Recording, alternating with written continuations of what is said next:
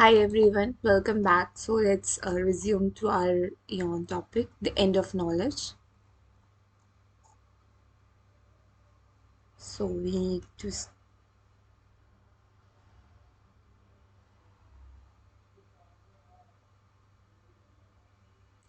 start from here.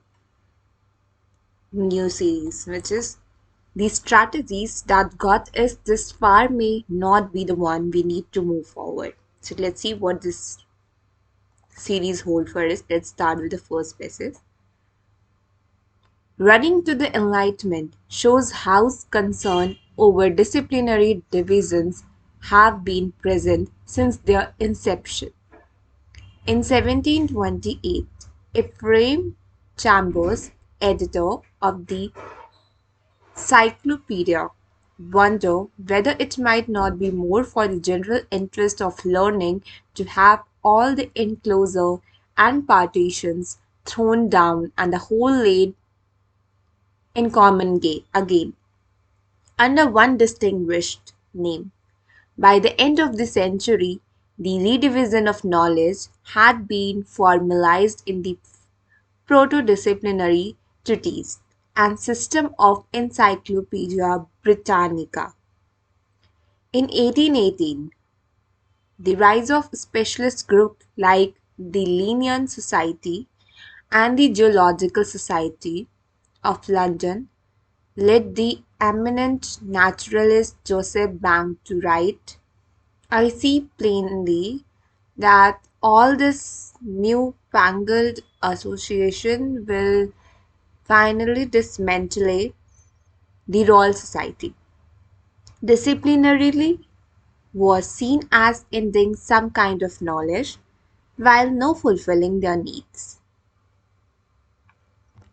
So basically what this passage is saying that returning to the Enlightenment shows how concerned their disciplinary divisions have been present since inception.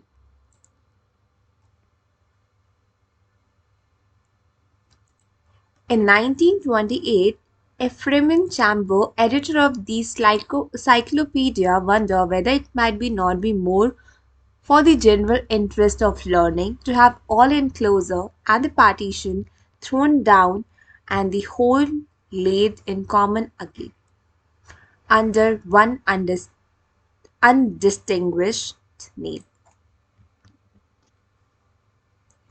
It says that the earlier the group humanities, social science, and nature science divided into four different groups, and that's all the mottos are same. So it this distinguish between is more might be not be the more for the general interest of learning or to have all the enclosure and partition known down and the whole laid common again under the one undistinguished name.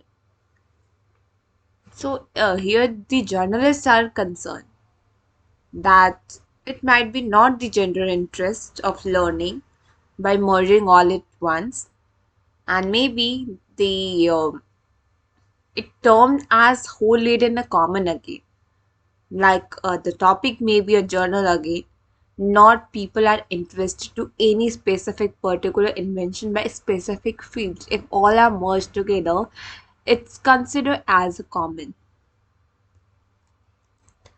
By the end of the century, the redivision of the knowledge had been formalized in the proto-disciplinary treatise and systems of Encyclopedia Britannica.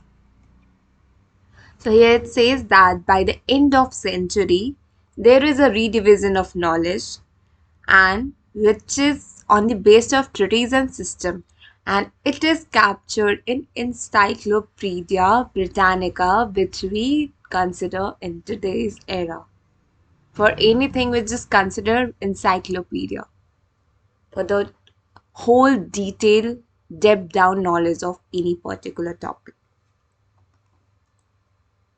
In 1818, the rise of a specialist group like Linnean Society and Geological Society of London led the eminent naturalist Joseph Banks to write, I see plainly that all this new fangled association will finally dismantling the Royal Society.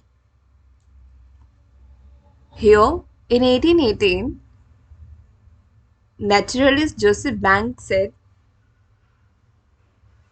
now he just say he saw the newfangled associations, which dismantled the Royal Society. Earlier, the Royal Society who are interested in this all particular topics, not the general public, but now the author says there is a change.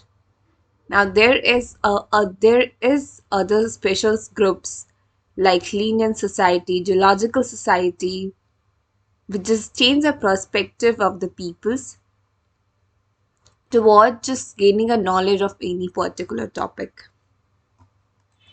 Disciplinary was seen as ending some kind of knowledge while not fulfilling their needs. So here the disciplinary now this disciplinary scenes as end of some kind of knowledge. Here end means not destroyed or that end, but here end means achieving the goal of that particular topic's knowledge, what that particular trying to say is that.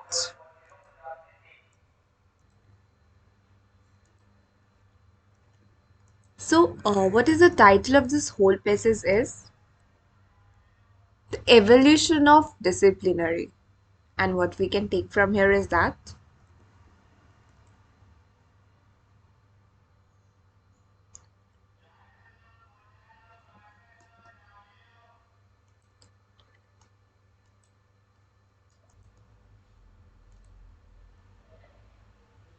and what we can take from here is that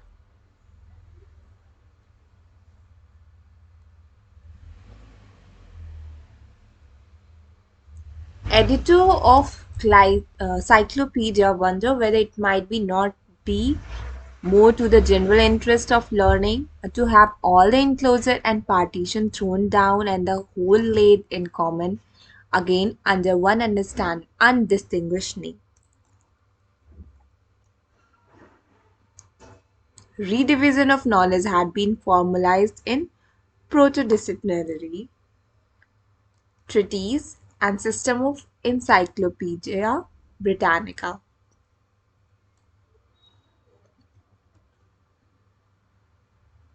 And the disciplinarity was seen as ending some kind of knowledge while not fulfilling their needs. Okay, let's moving toward the next passage. The boundaries established in the mid 19th century and hardened throughout the 20th are now maintained managerially and financially as well as through method and curricula.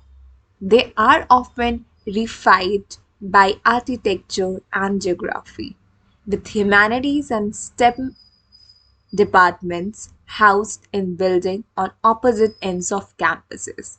For a long time, these tactics and strategies worked. They gave the new disciplines that emerged from the Enlightenment time and space to grow. Disciplinarity offer an important means to certify knowledge production. So what this passage is saying that the boundaries established in the mid 19th century and hardened throughout the 20th century are now maintained managerially and financially as well as through methods and curricula. They are often reified by the architectures and geography with humanities and STEM department housed in building on opposite end of campuses.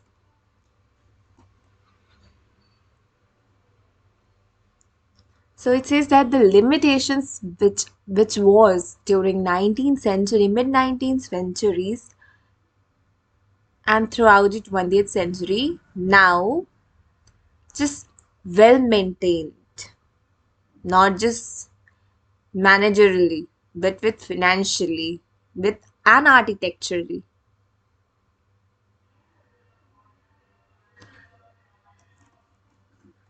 with different department, with the opposite ends of the campuses. For a long time, these tactics and strategies worked. They gave the new disciplines.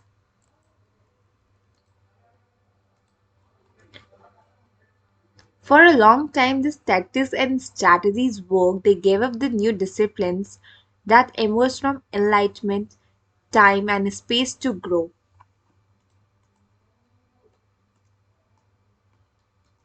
So, because of the new strategies and tactics, now the discipline is emerged as enlightenment with from enlightenment, time, and space to grow.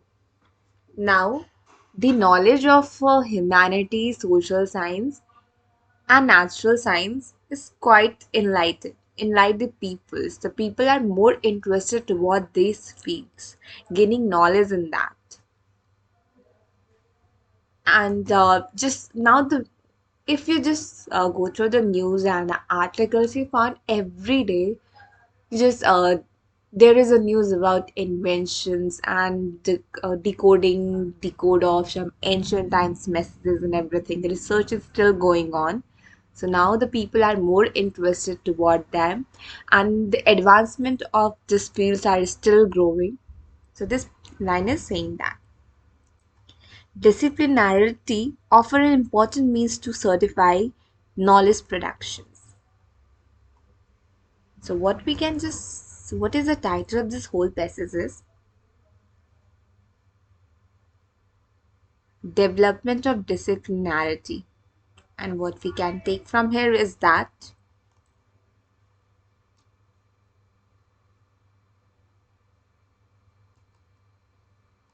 tactics and strategies work. They gave the new disciplinary disciplines that emerged from enlightenment time and the space to grow.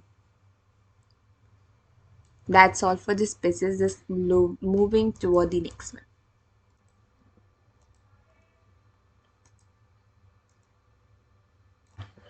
The strategies that got us this far, however, may not be the one we need to move forward.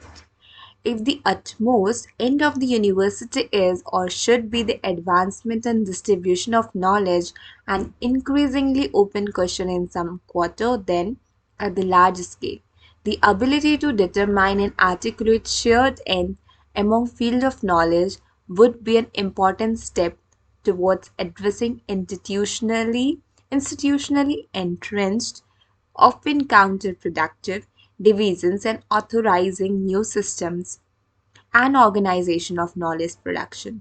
Can we escape the discourse of competitions and crisis, which tends to keep us focused on health of individual disciplines or college measures? By reorganizing knowledge production around questions or problems rather than object of study. What if instead of endlessly attempting to analyze and remedy the troubles of particular division, we turn our attention to the system of division itself?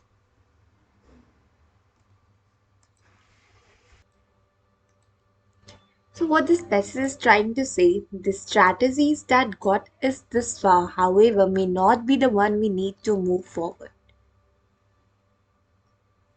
It says that it is not necessary this strategy which got us this far, means when the knowledge is now recognizable to the general public, it may not be needed to the move forward.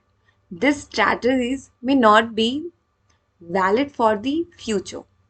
And how why is it is the utmost end of university or should be advancement and distribution of knowledge, an increasingly open question in some quarters, then, at a larger scale, the ability to determine and articulate shared end among fields of knowledge would be an important step toward addressing institutionally entrenched, often counterproductive divisions and authorizing new system and organization of knowledge production.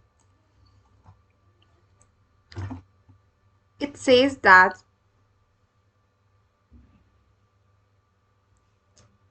it's now utmost end of university or should be the advancement or distribution of knowledge.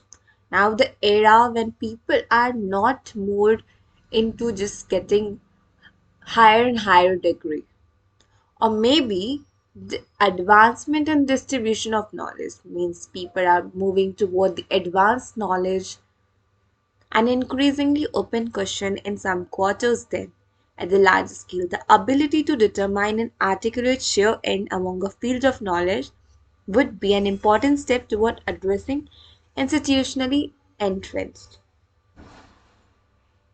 So it says it's dependent on institutions who can just articulate or determine the particular end of particular fields of knowledge. Now the institution is playing the more important role in gaining a in just demand for the higher knowledge.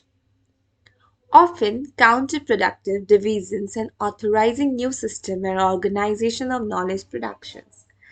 By new system, by introducing a new systems, divisions, and organization of knowledge productions. Through this, the institutions can just increase their values in nowadays time because not now the people are not into it. They're getting higher degrees. Can we escape this discourse of competition and crisis, which tends to keep us focused on the health of individual disciplines or college majors, by reorganizing knowledge production around questions, problems rather than objective study? So here, author is asking that can we escape the discourse of competition and crisis, which tends to keep us focused on the health of individual disciplines or college majors by reorganizing knowledge production around a question or problem rather than object of studies. So it says that can we escape the competition and crisis? Can we just focus on the health of individual disciplines and college majors? Like if we can just focus on what the individuals are nowadays pursuing and how we just develop that thing, that production of knowledge. What if instead of endlessly attempting to analyze and remedy the troubles of a particular division, we turn our attention to system of division itself? So we are here the author is suggesting that instead suggesting not questioning that what if we are instead of focusing on the particular divisions, advancement of particular divisions, we should focus on the advancement of system of division. So the title of this passage is Division of Knowledge. And what we can take from here is that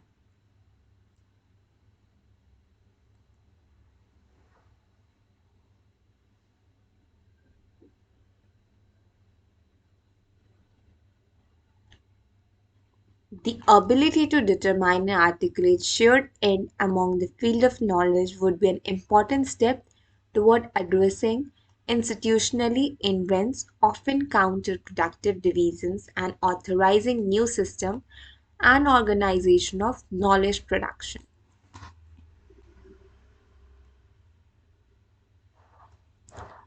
That's it, and other are just author's questions, which is also important. The first two questions are: can we escape the discourse of competition and crisis, which tends to keep us focused on the health of individual disciplines or college majors by reorganizing knowledge production around questions or problems rather than object of subject? And what if instead of endless attempting or to analyze and remedy the trouble of particular division, we turn our attention to the system of division itself? Let's moving toward the last pieces. Our volume is an initial attempt to see what the advancement of learning could look like if we were to be the reoriented around emergent ends rather than inherited structure. The question of end must continue to be pursued at increasing scales from the individual researcher to the office or department, to the discipline, to the university, to academia, to knowledge production as whole. The shared project of considering the end of knowledge work reveal the rich history and scholarly investment of individual disciplines as well as larger goal of producing accurate knowledge that is oriented toward a more ethical, informed, just and reflective world we are in many ways only at the beginning of the end. So what this passage is saying, our volume is an initial attempt to see what the advancement of learning could look like if we were to be reoriented around emerges in rather than inherited structure.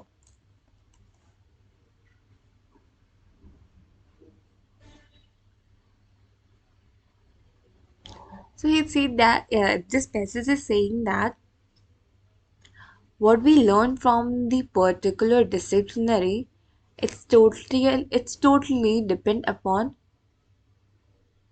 its re-emergent, reoriented emergence in rather than structures. What the goal, what the end point that particular discipline is trying to tell us. The question of end must continue to pursue at increasing scale from the individual researcher to the office department to discipline to the university to academic to knowledge production as whole. That now the end is continuously evolving, not just limited to the one place, but from researcher to office, department, disciplines, to university, academy, and knowledge production as wholes. We need and we need research. As we know, there is R&D department in each and every organizations, which continuously researching on the different areas. So that's the author is trying to say here. The shared project of considering the end of knowledge works reveal the rich history and the scholarly investment of individual disciplines as well as the larger goal of producing accurate knowledge that is oriented toward a more ethical, informed, just and reflective world.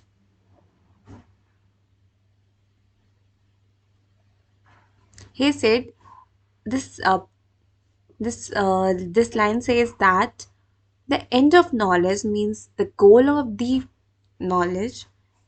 It reveals the rich history and scholarly investment of individual by providing accurate knowledge towards the particular disciplinary, which does not help the individuals and organization but the entire world.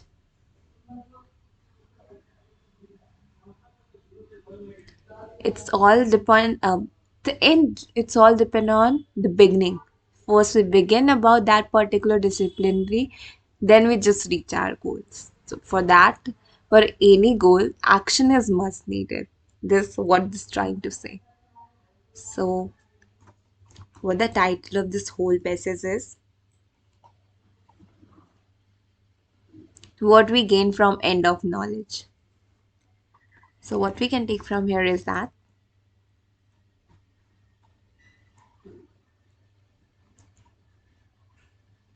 first reorient around emergent end rather than inherited structure.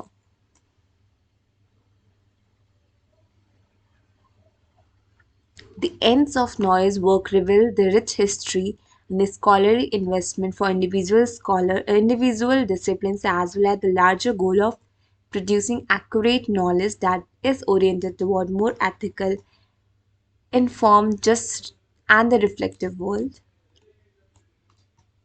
only at the beginning of the end. That's it for today. Hope you guys like it. See you guys with the next Aeon topic. As of now, have a great day.